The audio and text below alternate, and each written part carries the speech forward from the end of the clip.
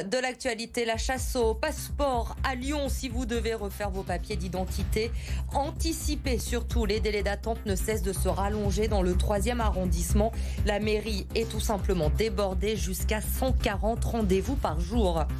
La solidarité de tout un village pour les réfugiés ukrainiens. À Saint-Didier-de-Formans, plusieurs habitants ont décidé d'accueillir des familles chez eux. Une cagnotte a même été lancée pour les aider. Plus de 15 000 € récoltés déjà. Et puis on vous emmène ce soir dans le quotidien des chasseurs d'héritiers, ces généalogistes qui traitent des centaines de dossiers par an.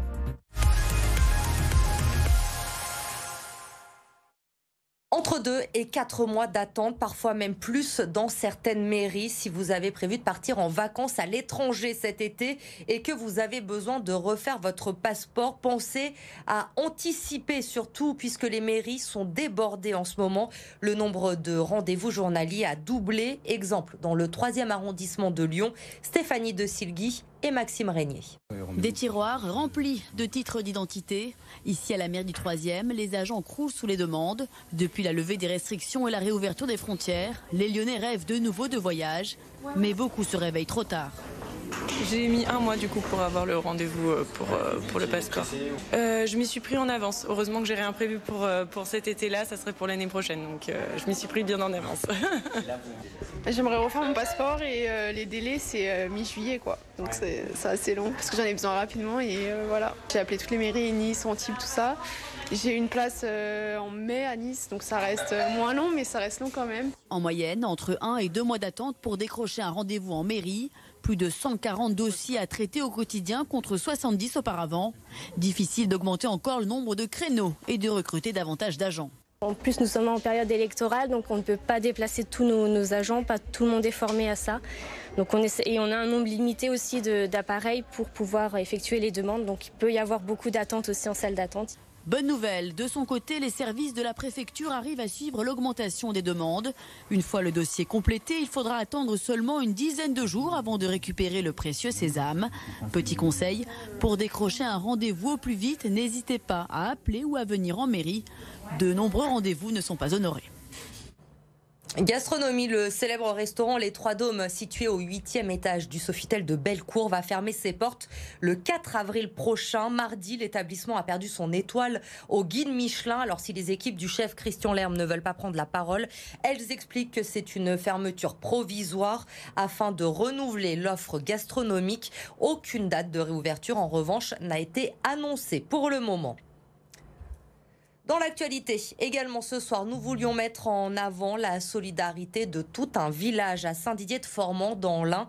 Un habitant a déjà fait 2 allers-retours à la frontière ukrainienne pour proposer son aide aux réfugiés. Plusieurs ont accepté et vivent désormais chez des habitants de la commune. Une cagnotte a même été lancée pour les aider. Déjà plus de 15 000 € récoltés. Vincent Chevalier.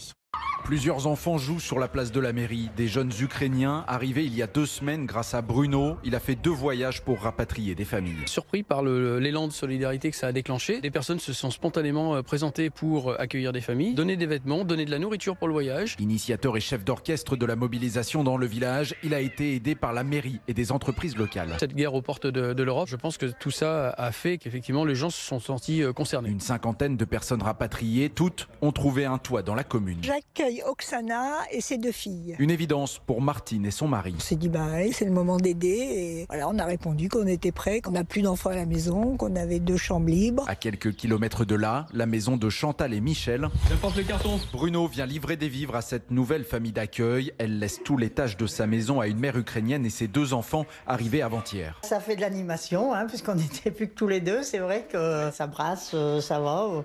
Voilà, il y a de la vie à nouveau. Cette mobilisation générale du village permettra à Bruno de faire un nouvel aller-retour à la frontière ukrainienne début avril.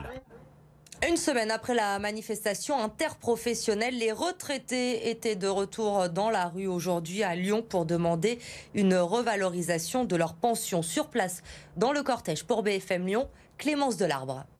Vous le voyez derrière moi, ils sont plusieurs centaines à s'être donné rendez-vous dans les rues de Lyon aujourd'hui. Ce sont les retraités qui ont voulu faire entendre leur voix aujourd'hui, à moins de 3 semaines du premier tour de l'élection présidentielle.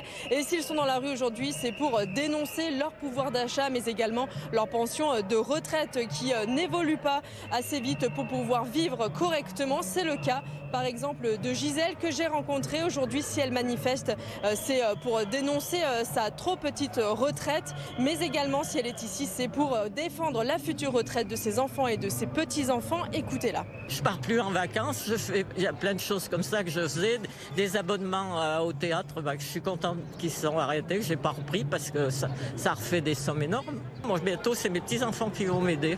Et puis on se bat finalement aussi un peu pour les jeunes, pour la jeune génération qui arrivera derrière, parce que je leur souhaite du bonheur.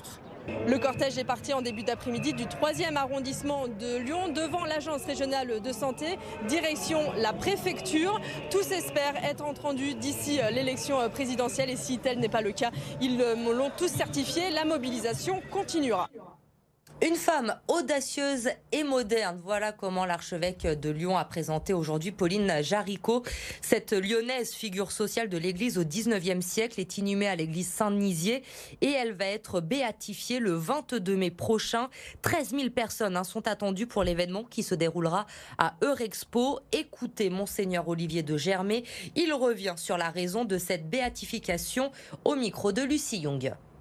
Pour chaque béatification et pour chaque canonisation, on attend ce qu'on appelle un signe du ciel, donc un miracle. Une jeune fille, une enfant, s'est étranglée, s'est étouffée et est tombée dans un coma très profond. Et les médecins disaient qu'elle ne pourrait jamais récupérer ses facultés intellectuelles. Et les parents ont prié Pauline Jaricot et l'enfant a été guéri. Les médecins ont constaté une guérison inexpliquée et l'Église y a reconnu un miracle, donc un signe du ciel qui a permis de passer à cette étape de la béatification. On les surnomme les chasseurs d'héritiers. Ces généalogistes sont chargés de retrouver des héritiers lors d'un décès quand ces derniers ne sont pas connus. Mélanie Ferreira a pu suivre l'un d'eux dans l'une de ses enquêtes. L'histoire commence toujours chez le notaire. Maître Perrier-Favre a une mission à confier aux généalogistes. Voilà, c'est un de ses amis qui nous a apporté l'acte de décès et c'est un client qui avait effectivement eu des rendez-vous dans notre étude sans que nous sachions qui sont ses héritiers. Un acte de décès et un acte de naissance, ce sont les seuls documents dont dispose Paul Loriot pour démarrer ses recherches. Jean est décédé et il a comme parents donc Albert et Lucette.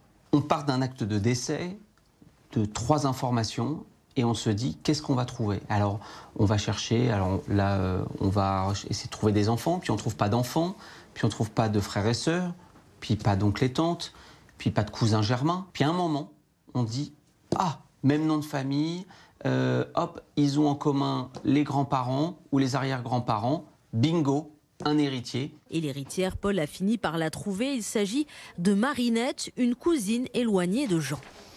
Vous voyez, alors, vous héritez de votre cousin Jean, oui, qui est là, dont le papa s'appelait Albert. Marinette, 97 ans, a d'abord cru à une blague ou une arnaque avant de réaliser. D'abord, je ne savais pas de qui j'héritais, parce que je voyais... Et quand j'ai su, j'ai plutôt cru qu'il y avait des dettes.